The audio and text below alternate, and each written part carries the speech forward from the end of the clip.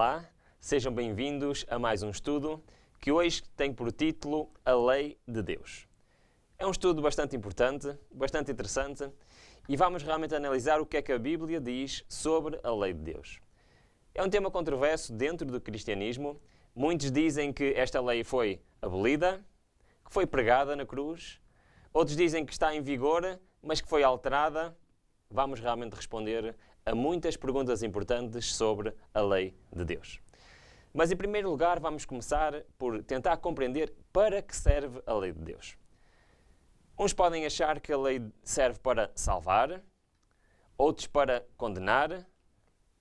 Qual é realmente o papel da lei de Deus? Vamos analisar. Vamos começar por ler em Efésios 2:8 e começar a compreender e ver, se calhar, um pouco do mapa de para que serve a lei de Deus. Vamos ler. Diz assim: porque pela graça sois salvos, mediante a fé, e isto não vem de vós, é dom de Deus, não de obras, para que ninguém se glorie. Vimos então neste texto que nós somos salvos pela graça. Efésios diz-nos então, o apóstolo Paulo, na carta aos Efésios, que não há dúvidas. Somos salvos pela graça. Em Romanos, Paulo diz-nos também, no capítulo 5, versículo 1, diz-nos o seguinte: justificados, pois, pela fé, temos paz com Deus, por nosso Senhor Jesus Cristo.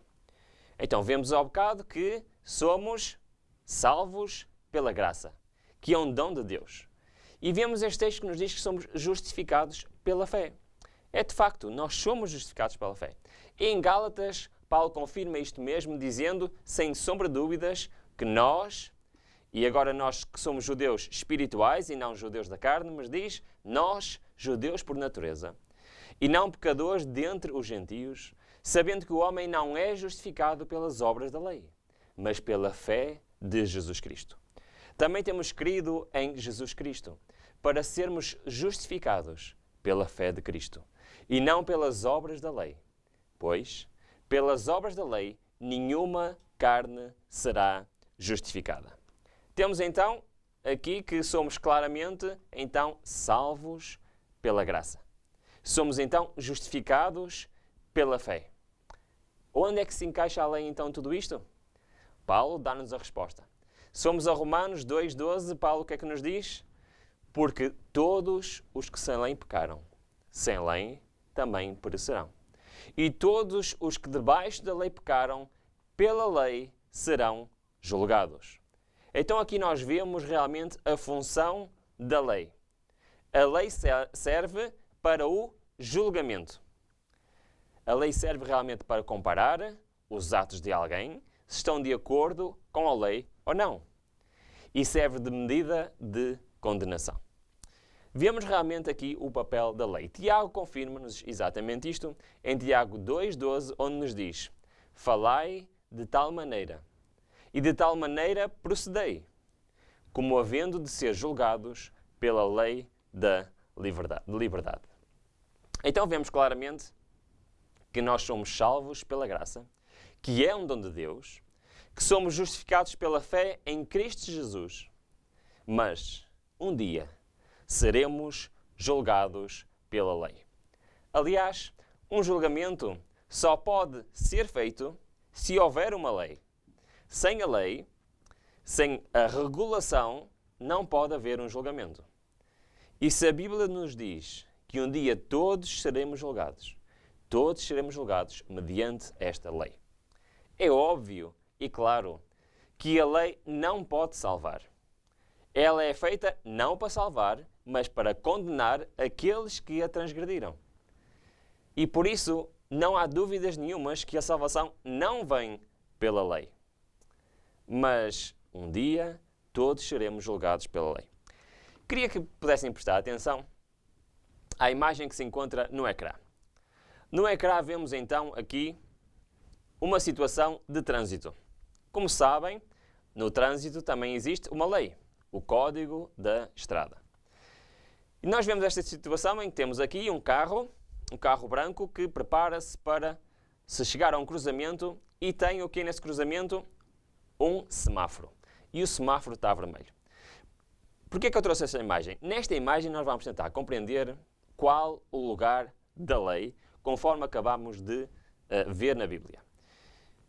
Este condutor que está no carro branco tem a liberdade ou não de passar o cruzamento se ele quiser, mesmo estando vermelho? Tem.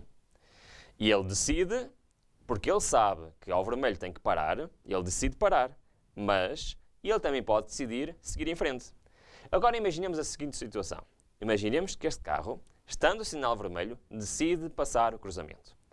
E que vem um carro do seu lado direito ou do seu lado esquerdo, que tem o semáforo verde e há um acidente. Ora, nós vemos aqui um exemplo prático de como a lei funciona. Num acidente, num cruzamento com semáforos, nós temos a lei que vai dizer que aquele que passou o vermelho será o quê?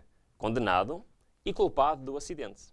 Ora, reparem que o condutor que vinha e passou o sinal verde teve também um acidente. Ele não foi culpado, mas teve também um acidente. A lei de Deus é exatamente assim. A lei não nos pode salvar. Mas a lei vai dizer que este é culpado, este não é culpado. Isto é muito interessante porque nunca nenhuma lei pode salvar. Eu, se vou na estrada, o código da estrada não me pode impedir de ter acidentes. Os acidentes vão acontecer na mesma. Mas o que é que acontece? A lei da estrada vai dizer se eu sou culpado ou não desse mesmo acidente. Assim também é a lei de Deus. A lei de Deus não nos salva. A salvação é um dom gratuito de Deus. A nossa justificação, que precisamos dela para ser salvos, também não somos nós que a atingimos. A justificação é pela fé do sacrifício de Jesus Cristo. Mas a lei, o papel da lei é exatamente este. Mostrar-nos onde estamos a proceder mal. Mostrar o que precisamos corrigir na nossa vida. Porque um dia seremos julgados de acordo com a lei de Deus. Então nós vemos que a lei não serve para salvar, mas serve para condenar. Então como é que nós compreendemos tantos versículos que nos falam bem da lei? Vamos ler, por exemplo, as características da lei de Deus. Romanos 7,12 diz-nos o seguinte: e assim a lei é santa, e o mandamento santo, justo e bom. Como pode algo que é santo, justo e bom condenar? Vamos continuar. Vamos ver mais características sobre a lei de Deus. Diz-nos então, em Romanos, que a lei é santa, justa e boa, como acabamos de ler. 1 João, o que é que nos diz?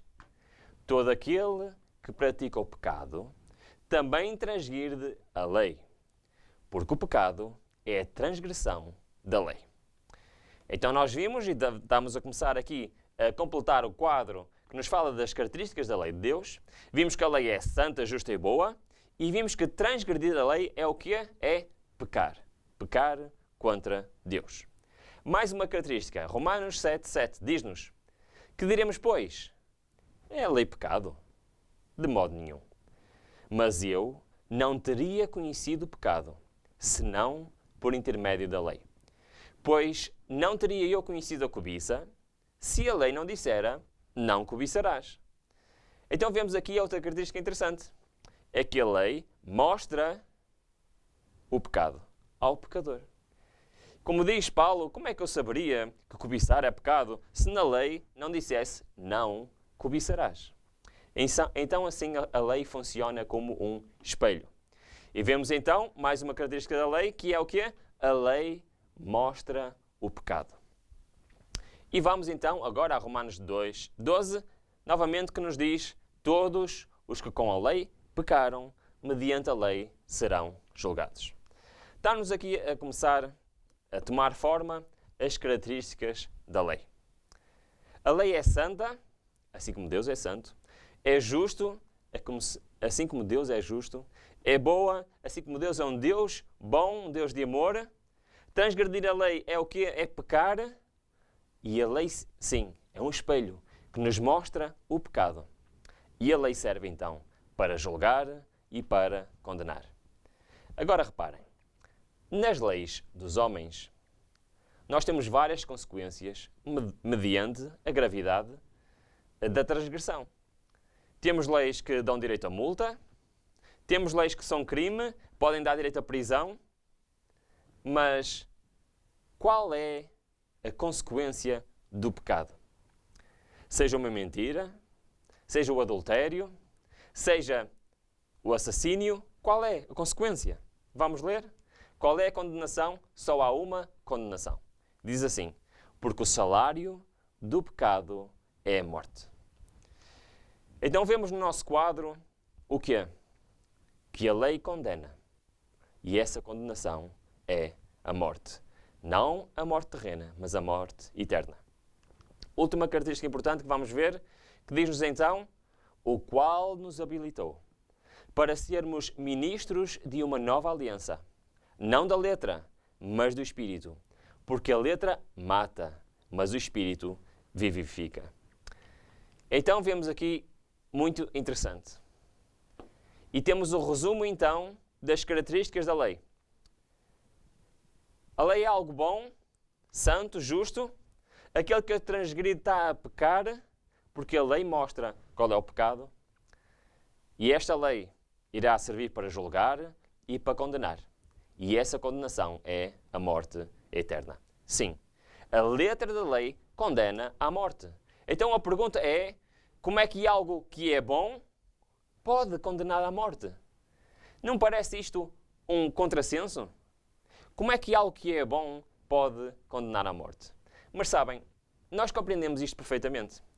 Todos nós temos a certeza absoluta, assim como acabamos de ver no exemplo sobre a lei do Código da Estrada, é o Código da Estrada bom ou mau?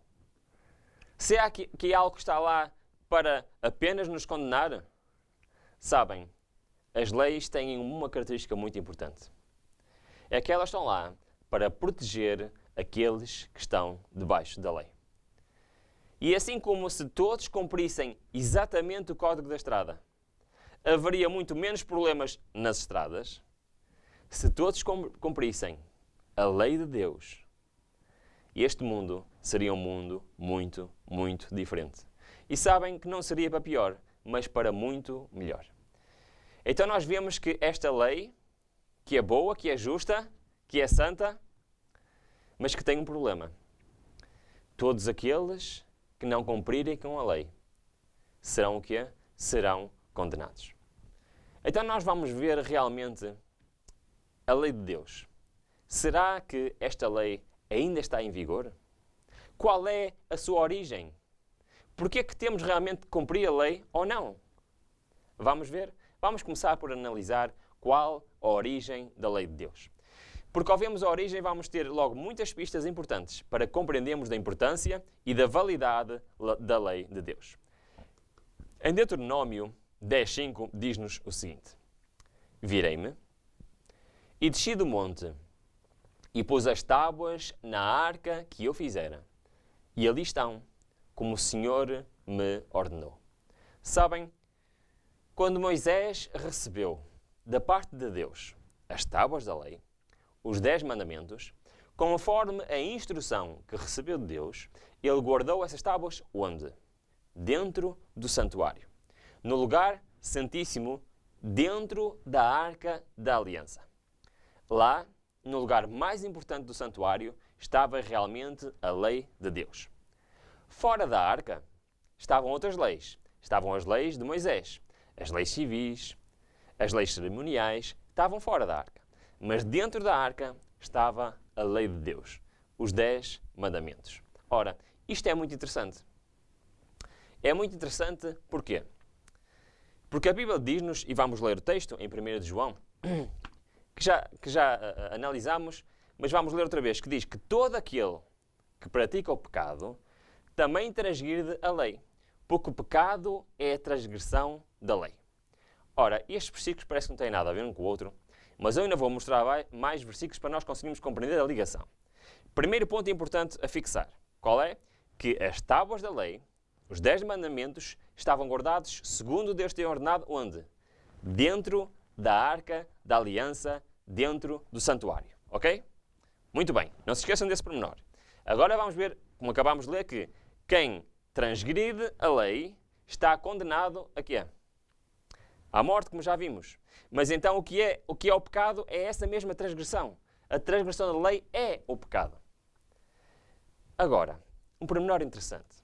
2 Pedro diz-nos o seguinte: Deus não perdoou os anjos que pecaram. O que é que isto quer dizer? Onde começou o pecado? Foi na terra? Não foi na terra. O pecado começou no céu. Houve um anjo que se revoltou contra Deus e convenceu mais anjos a se revoltarem com ele. E 1/3 dos anjos pecaram, revoltando-se contra Deus e contra a sua lei. Então nós vemos que Deus não perdoou esses anjos. Deus não perdoou, não porque não quisesse perdoar. Deus quer sempre perdoar, assim como quer perdoar a nós. Mas Deus nunca perdoa ninguém contra a sua própria vontade. Agora a pergunta é o seguinte. Nós vimos que as tábuas da lei estavam dentro da Arca da Aliança, dentro do santuário. Vimos que o pecado é a transgressão da lei. E vimos agora que Deus não perdoou os anjos que pecaram. Ora, para os anjos pecarem, e como o pecado é a transgressão da lei, para eles pecarem, o que é que tinha que existir? Tinha que existir o quê? Uma lei, certo? Como o pecado é a transgressão da lei, se os anjos pecaram, eles transgrediram uma lei. Ora, isto aconteceu antes de haver este mundo habitado pelo ser humano. Aconteceu no céu. Então isto significa que para os anjos pecarem, como pecaram lá no céu, tiveram que transgredir uma lei. Haveria já lei no céu? Antes deste mundo? Claro que sim. E a Bíblia mostra-nos exatamente isto. Porque qual foi o motivo que levou Deus a ordenar a Moisés colocar as tábuas da lei dentro da Arca da Aliança? Vamos ver? Hebreus 9, 24. Diz-nos o seguinte: Porque Cristo não entrou em santuário feito por mãos, figura do verdadeiro, porém, no mesmo céu. Ora, Paulo está-nos aqui a dizer claramente que o santuário terrestre era uma figura do verdadeiro santuário que se encontra onde? No céu. Então, no céu, encontra-se lá o verdadeiro santuário. E quando Deus disse a Moisés para construir um santuário neste mundo, e ele disse para o fazer conforme o modelo que ele mostrava, que estava onde? No céu. Então, o verdadeiro santuário está no céu. E mais, o que é que nos diz em Apocalipse? Abriu-se, então, o santuário de Deus. Isto é uma visão de João que está a ver o santuário do céu. Que se acha onde? Que se acha no céu. E foi vista a Arca da Aliança no seu santuário. Ora, isto é muito interessante. Reparem bem em todos estes textos que acabamos de ler. Estes textos dizem-nos que lá no céu, antes sequer de haver seres humanos, os anjos pecaram. E a Bíblia também nos diz que pecar é transgredir a lei. Logo no céu já haveria o quê? Lei. E agora nós vemos que quando Moisés recebeu os 10 mandamentos da parte de Deus, colocou-os onde? Na Arca da Aliança, dentro do santuário. E a Bíblia diz-nos que isto é apenas uma cópia do que se encontra no céu. No céu temos um santuário, o verdadeiro santuário, temos a verdadeira Arca da Aliança e temos a lei de Deus. A lei de Deus não foi feita para os homens. A lei de Deus, a lei de amor, é aquela que regula todo o universo, incluindo o céu. Então, tem lógica nós dizermos que esta lei pode ser cancelada, pode ser abolida? Se calhar parece-nos que isto não faz assim muito sentido. E nós vemos que realmente um dos argumentos que usam para dizer que a lei foi abolida é que a lei era para os judeus, que foi entregue aos judeus na altura de Moisés e que foi abolida quando Cristo veio a esta terra. Mas pode ser? Será que a lei já não existia antes de haver judeus? Sim, acabamos de ver que até no céu já existia lei. Mas se nós formos à Bíblia e formos, por exemplo, a Gênesis 26, o que é que nos diz? Porque Abraão obedeceu à minha palavra e quê? E guardou os meus mandados, os meus preceitos, os meus estatutos e as minhas leis. Ora, como é que Abraão pode ter guardado as leis de Deus se as leis de Deus foram entregues apenas a Moisés, que viveu séculos e séculos mais tarde? Não. A lei não foi entregue a Moisés, por Deus, como sendo algo novo que foi instituído. Apenas foi para relembrar o povo que já se tinha esquecido das leis de Deus. E nós vemos este texto que Abraão, que vivia muitos séculos antes, o que é que ele fez? Guardou as leis de Deus. Mais, Apocalipse 12, 17, o que é que nos diz?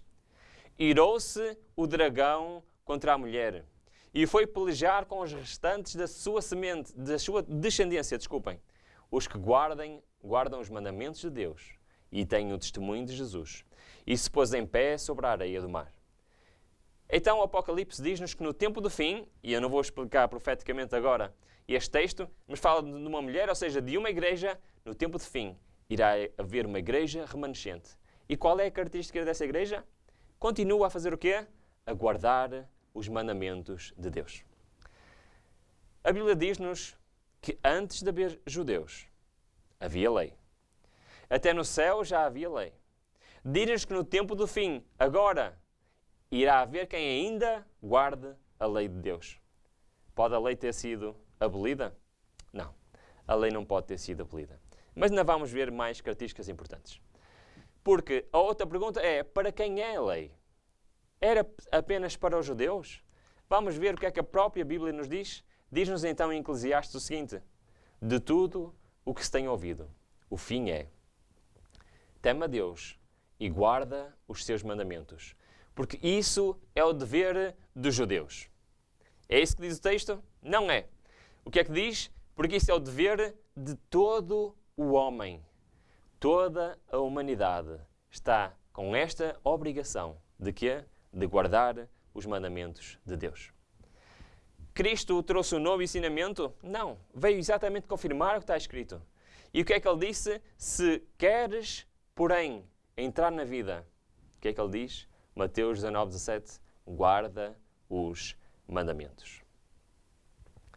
É a vontade de Deus, era a vontade de Cristo, realmente que nós na nossa vida manifestássemos esta vontade de guardar a sua santa lei. Com tudo o que já vimos, já conseguimos responder à pergunta: pode a lei ser anulada?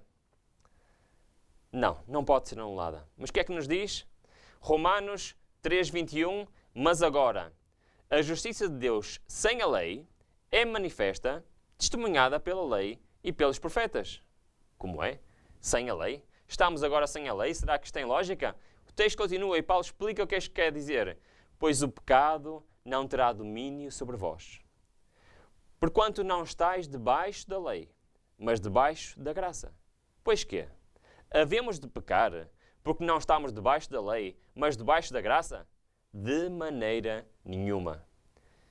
Nós realmente não somos salvos pela lei.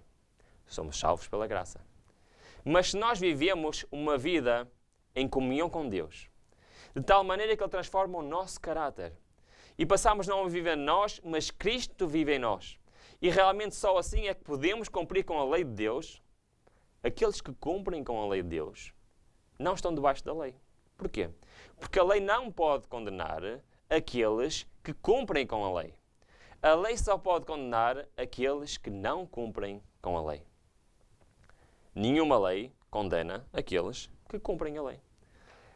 E é isto exatamente que Paulo nos está a dizer. Vocês não estão debaixo da lei porque vocês estão a cumprir a lei, mas estão debaixo da graça. Estão a ser justificados pela fé em Cristo Jesus. Mas havemos de pecar por causa disso, diz-nos ele? De maneira nenhuma. Isso não é motivo e justificação para pecar. Muitas pessoas acham que estamos debaixo da graça, agora podemos fazer o que queremos. Realmente, se nós estamos debaixo da graça, é porque realmente estamos a cumprir com a vontade de Deus. Vamos ver então em Mateus como é esta situação. Então diz assim Cristo a cada um de nós: não penseis que vim destruir a lei ou os profetas. Não vim destruir, mas vim para cumprir. Porque em verdade vos digo, até que o céu e a terra passem, jamais um i ou um til passará da lei, até que tudo se cumpra. Cristo está-nos a dizer aqui claramente, a lei não é para abolir, a lei é para cumprir. Cristo não veio a este mundo para abolir a lei, porque senão já não precisávamos do seu sacrifício. Reparem, porque é que Cristo veio a este mundo? Porque é que Ele teve que morrer por nós? Por causa dos nossos pecados, porque estamos condenados pela lei de Deus. Ora, se Ele veio morrer por nós e depois aboliu a lei, então para que é que Ele veio morrer por nós? Porque é que Ele não aboliu a lei antes? Assim já não precisava de morrer por nós. De facto, este Evangelho não fazia nenhum sentido. E Ele veio morrer por nós exatamente por causa disso. Porque a lei não pode ser anulada. Então alguém tinha que ser condenado. E Ele foi condenado para que nós pudéssemos ter acesso à salvação, a este dom de Deus. E será que a lei é assim tão importante? Posso eu guardar 9 mandamentos? Isso é 90% da lei. Isso dá uma nota muito alta na universidade ou em qualquer escola. 90% é muito bom. Será que é assim? O que é que nos diz Tiago? Vamos ler? Pois qualquer que guardar toda a lei, mas tropeçar em um só ponto, tem-se tornado culpado de todos. Então nós vemos que 90% não chega. Aquele que não cumprir com toda a lei, torna-se culpado de toda a lei. Ou seja, vai ter 0%, não vai ter 90%. E vemos que a lei realmente é muito importante. A lei não pode ser anulada, a lei não pode ser parcialmente guardada. Deus quer todo o nosso coração. Deus quer que realmente façamos a sua vontade. Assim, como compreendemos as palavras de Cristo? Quando Ele disse amar a Deus acima de todas as coisas e aos outros como nós mesmos. Vamos ler o texto? Vamos ler. Diz-nos então em Mateus o seguinte. Um deles, doutor da lei, interrogou-o para o experimentar, dizendo, Mestre, qual é o grande mandamento na lei? E Jesus disse-lhe, amarás o teu Deus de todo o teu coração, e de toda a tua alma, e de todo o teu pensamento. E este é o primeiro e grande mandamento. E o segundo, semelhante a este, é, amarás o teu próximo como a ti mesmo. É muito interessante que muitos pegam nestas palavras de Cristo e dizem, a lei foi abolida, agora temos que amar a Deus, temos que amar o próximo. Isto é suficiente. Mas o que é que quer dizer realmente amar a Deus acima de todas as coisas e amar o próximo como a nós mesmos? O que é que Cristo quis dizer com isto? Sabem, será isto realmente um novo mandamento? Ou neste caso, 2 novos mandamentos que vêm substituir a lei? Sabiam que na realidade Cristo apenas estava a citar o Velho Testamento? Amar a Deus acima de todas as coisas, ele estava a citar Deuteronômio. Amarás o teu próximo como a ti mesmo, ele estava a citar Levítico. Vamos ler os textos para conseguirmos compreender estas palavras de Cristo? Vamos ler. Deuteronômio 6:5. O que é que diz? Amarás, pois, o Senhor teu Deus de todo o teu coração e de toda a tua alma e de todas as tuas forças. Estava ele a citar estas palavras? Exatamente estas palavras que ele estava a citar. E agora Levítico 19:18, o que é que nos diz? Não te vingarás, nem guardarás ira contra os filhos do teu povo, mas que amarás o teu próximo como a ti mesmo, eu sou o Senhor. Então nós vemos que Cristo, quando disse aquelas palavras em Mateus, e ele estava aqui a citar o Velho Testamento. E a citar o que diz em Deuteronômio, amarás a Deus acima de todas as coisas, com toda a tua força, com toda a tua alma, com toda a tua inteligência. E diz-nos também o quê? Em Levítico, amarás aos outros como a ti mesmo. Isto significa então que já para o povo de Israel não tinham que cumprir a lei de Deus, só tinham que amar a Deus, só tinham que amar o próximo? O que é que realmente isto significa? Nós, para compreendermos, vamos ver o contexto muito rapidamente de Deuteronômio 6 e de Levítico 19. E como é que vamos fazê-lo? Vamos apenas ler o último versículo de cada um destes capítulos. Reparem como é que termina então Deuteronômio 6.5, como é que termina Deuteronômio 6 e Levíticos 19. Vamos ver? Diz-nos assim. Portanto, diz em Deuteronômio 6.5 o seguinte, como acabamos de ler. Amarás, pois, o Senhor teu Deus de todo o teu coração e de toda a tua alma e de todas as tuas forças. E conclui este capítulo dizendo, e o Senhor nos ordenou que cumpríssemos o quê? Todos estes estatutos. Que temêssemos ao Senhor nosso Deus para nosso perpétuo bem, para nos ganhar em vida, como no dia de hoje. E será para nossa justiça quando tivermos cuidado de cumprir o quê? Todos estes mandamentos perante o Senhor nosso Deus, como nos tem ordenado. Então nós vemos aqui que Cristo estava a citar o Velho Testamento, onde diz que devemos amar a Deus acima de todas as coisas. E o que é que nos conclui este texto que acabamos de ler? Diz-nos que isto significa quê? Guardar o quê? Todos os mandamentos. Vamos agora ao Levítico 19, onde vemos a segunda parte que Cristo citou. E diz-nos então Levítico 19, 18 e depois o último versículo 37. Não te vingarás, nem guardarás ira contra os filhos do teu povo, mas amarás o teu próximo como a ti mesmo. Eu sou o Senhor. Como é que conclui o capítulo?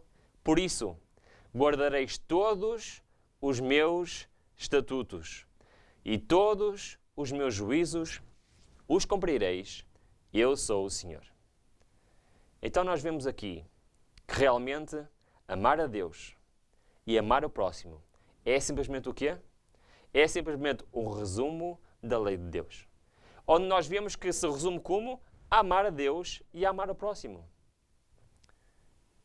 Amo eu verdadeiramente a Deus se tenho outros deuses perante Ele? Ou se quebro qualquer um dos 4 primeiros mandamentos? Amarei eu verdadeiramente o próximo se eu desonro os meus pais?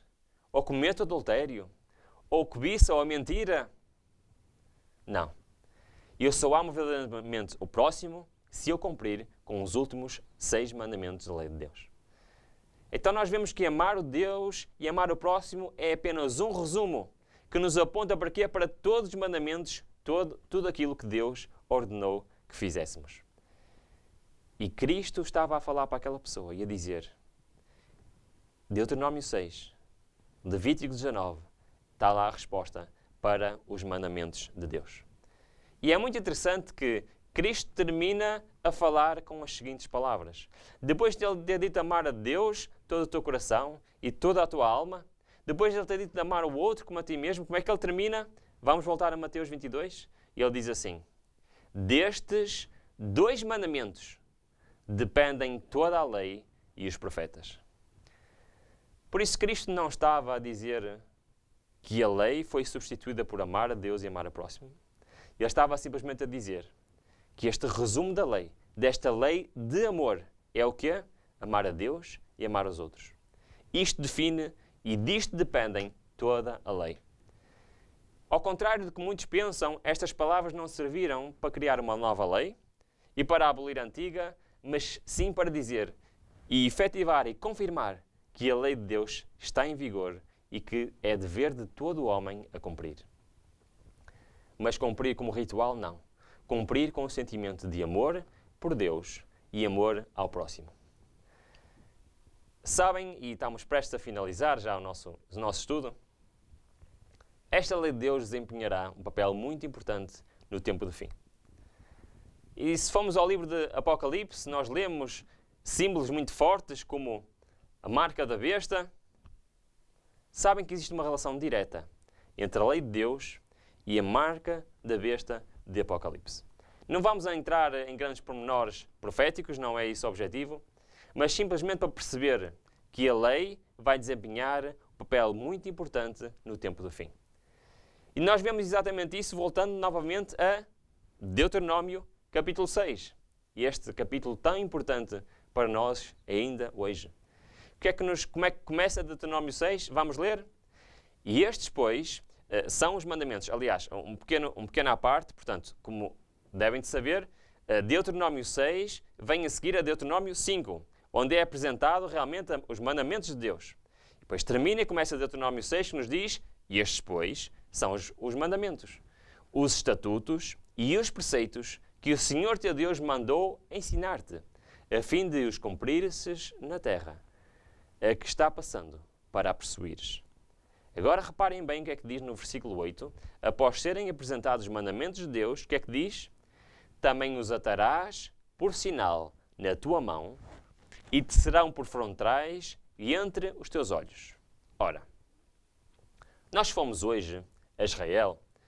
Nós vemos que muitos dos judeus ortodoxos fazem algo de estranho, que é, eles colocam uma caixinha na mão, atam, na testa também, atam, e dentro da caixa sabem o que é que eles têm? Os mandamentos de Deus. Ora, e eles fazem isto exatamente por causa deste versículo. Atarás por sinal na tua mão e no frontal e entre os teus olhos, ou seja, na nossa testa. Porquê é que haveríamos de colocar uma caixinha com os mandamentos na mão ou na testa? Será que este texto é um texto literal? É isso que quer? É isso que Deus quer? Que nós andemos com uma caixinha na testa e uma caixinha na mão? Este texto é muito claro. O que é que ele nos diz? Será por sinal na tua mão e na tua frontal. O que é que isto quer realmente dizer? Guardar os mandamentos de Deus é praticado como? O que é que isto tem a ver com as nossas mãos? As nossas mãos representam o quê? As nossas ações. Então nós guardamos a lei de Deus e isto é um sinal quando o quê? Quando pomos em prática as obras da lei. E porquê? O que é que a nossa testa tem a ver com isto? Nosso pensamento, o nosso raciocínio. Nós temos realmente que aceitar, compreender e saber a lei de Deus. E se soubermos, então o que é que fazemos? Podemos pôr em prática. E este texto diz-nos uma verdade muito grande. É que nós só cumprimos a lei se nós conhecermos a lei e se pusermos em prática a lei. É isto que quer dizer no frontal, entre os olhos, na nossa testa ou na nossa mão. Mas no tempo do fim, esta lei será adulterada. E será aquilo que se chama a marca da besta.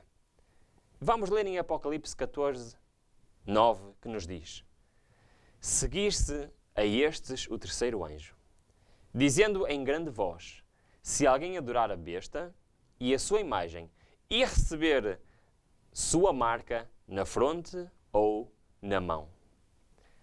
No final, no tempo do fim, a lei de Deus será adulterada. E quem cumprir esta lei estará do lado de quem? Estará do lado de Satanás. Mas reparem bem no texto, e vamos outra vez pôr o texto no ecrã. O que é que nos diz o texto? De receber a sua marca na fronte ou na mão. Em Deuteronômio dizia na mão e entre os olhos, ou na testa ou na fronte, que é a mesma coisa. A diferença é que num texto diz e no diz ou. O que é que isto quer dizer? Isto quer dizer que Deus quer que nós compreendemos a sua lei, que tenhamos consciência da sua lei e que a pratiquemos. Mas no tempo do fim, esta lei alterada não interessa as duas coisas, basta uma delas. Mesmo em ignorância, mesmo que nós não sabemos que não estamos a cumprir a lei de Deus e que estamos a cumprir uma lei adulterada, mesmo assim estaremos no lado de Satanás. E por isso não interessa se vamos receber a marca na fronte ou na mão. Se vão ser o nosso consciente ou a nossa ação. Basta uma delas e estaremos do lado de Satanás. Nós vimos neste estudo realmente a importância da lei de Deus. A origem da lei de Deus. Para que é que serve a lei de Deus? Vimos também que ela não pode ser anulada nem abolida. Vimos que está em vigor. Que Deus nos instituiu estas leis para o nosso bem. Vemos que Cristo disse que não veio para mudar, mas para cumprir. E nos ensinou, através de Deuteronômio 6, de Levítico 19, que a lei é uma lei de amor. É por amor que devemos guardar a lei. Por amor a Deus e por amor ao próximo. E vimos também que esta lei vai desempenhar um papel muito importante no tempo do fim. E por isso, eu exorto a cada um de nós que possamos realmente abrir a nossa Bíblia, em Êxodo 20, em Deuteronômio 5, e ver realmente a lei do Senhor. E analisar a sua importância em Deuteronômio capítulo 6. Mas para terminar e para resumir isto tudo, eu queria ler o que Paulo diz em Romanos 13. Estamos quase a acabar, faltam apenas mais algumas citações. Mas em Romanos 13 nos resume um pouco o que é que tivemos a ler. Diz-nos: a ninguém devais coisa alguma, a não ser o quê? O amor, com que vos ameis uns aos outros. Porque quem ama os outros, cumpriu a lei. Foi isto que acabámos de ver. Quem ama, cumpre a lei. Com efeito, então o que é isto? O que é isto amar os outros e cumprir a lei? O que é? É o quê? É o que está escrito na lei. Não adulterarás, não matarás, não furtarás, não dirás falso testemunho, não cobiçarás. Isto é o que está nos 10 mandamentos. E Paulo está-nos a dizer claramente o que é? Se amares os outros, cumpres a lei. Claro. Porquê? Porque se amamos os outros verdadeiramente, não vamos adulterar, não vamos matar, não vamos furtar, não vamos mentir, não vamos cobiçar. E se há algum outro mandamento, tudo nesta palavra se resume: amarás o teu próximo como a ti mesmo. Amar o próximo a ti mesmo é o resumo dos 6 mandamentos da lei. Amar a Deus é o que é o resumo dos primeiros 4 mandamentos da lei. O amor não faz mal ao próximo. De sorte que o cumprimento da lei é o amor. E por isso é que Cristo disse, e estas palavras estão em João 14:15. Cristo disse claramente: se me amais, guardareis meus mandamentos. Esta, de facto, é a lei do amor. É claro que a Bíblia nos diz que amar a Deus, que amar o próximo, é o resumo da lei. E aqueles que verdadeiramente tiverem este amor vão cumprir com a lei de Deus. Isto é uma promessa que a própria Bíblia nos dá. E é muito interessante que Cristo diz, se nós o amarmos, vamos guardar os seus mandamentos. Então como é que poderão estes mandamentos ser abolidos? Será que o amor de Deus também poderia ser abolido? Claro que não. Nem o amor, nem a justiça de Deus podem ser abolidas porque são o seu caráter. Jeremias 31 diz-nos algo muito importante. E possamos pôr estas palavras no nosso coração. Porque ele diz, mas esta é a aliança, sim. Deus quer fazer uma aliança connosco. Assim como ele fez com o povo de Israel, quer hoje fazer com o povo de Israel espiritual, que somos nós. Os cristãos devem se assumir como Israel espiritual. E Deus quer fazer esta aliança agora connosco. Esta aliança que farei com a casa de Israel. Depois daqueles dias, diz o Senhor, porei a minha lei no seu interior e a escreverei no seu coração. E eu serei o seu Deus e eles serão o meu povo. É muito interessante que muitos dizem, mais uma vez, que estas palavras de Jeremias eram para o povo de Israel literal, que hoje já não tem nada a ver connosco. Mas sabem que este texto aparece citado por Paulo aos Hebreus. Na carta de Paulo aos Hebreus, depois da morte, da ressurreição de Cristo, Paulo vem-nos dizer o quê? Estas palavras agora são para nós. Hebreus 8:10, o que é que diz? Porque esta é a aliança que firmarei com a casa de Israel. Depois daqueles dias, diz o Senhor, na sua mente imprimirei as minhas leis. Também sobre o seu coração as escrevi, e eu serei o seu Deus, e eles serão o meu povo.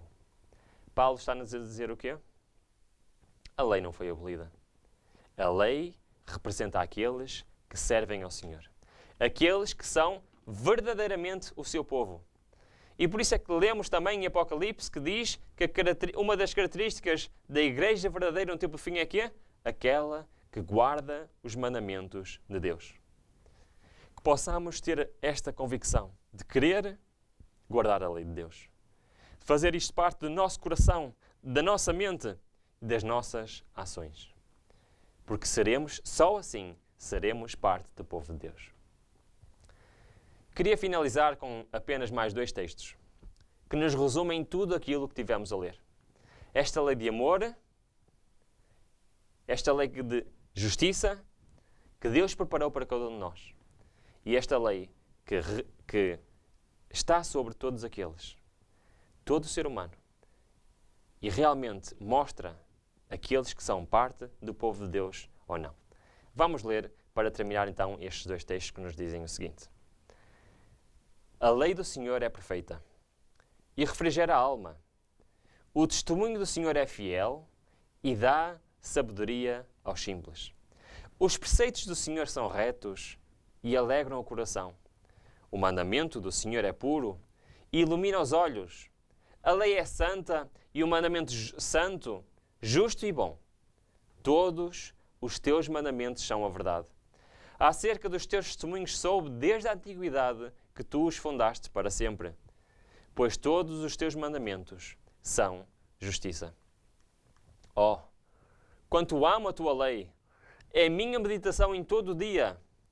Pelo que amo os teus mandamentos mais que o ouro, sim, mais do que o ouro fino. A aflição e a angústia se apoderaram de mim. Contudo, os teus mandamentos são o meu prazer. E os teus mandamentos não são pesados. Deleite-me em fazer a tua vontade, ó Deus meu. Sim, a tua lei está dentro do meu coração. Que possamos na nossa vida refletir exatamente esta lei de amor.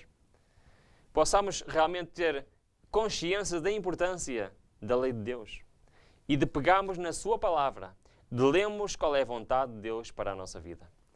E, acima de tudo, pôr em prática na nossa vida a lei de Deus.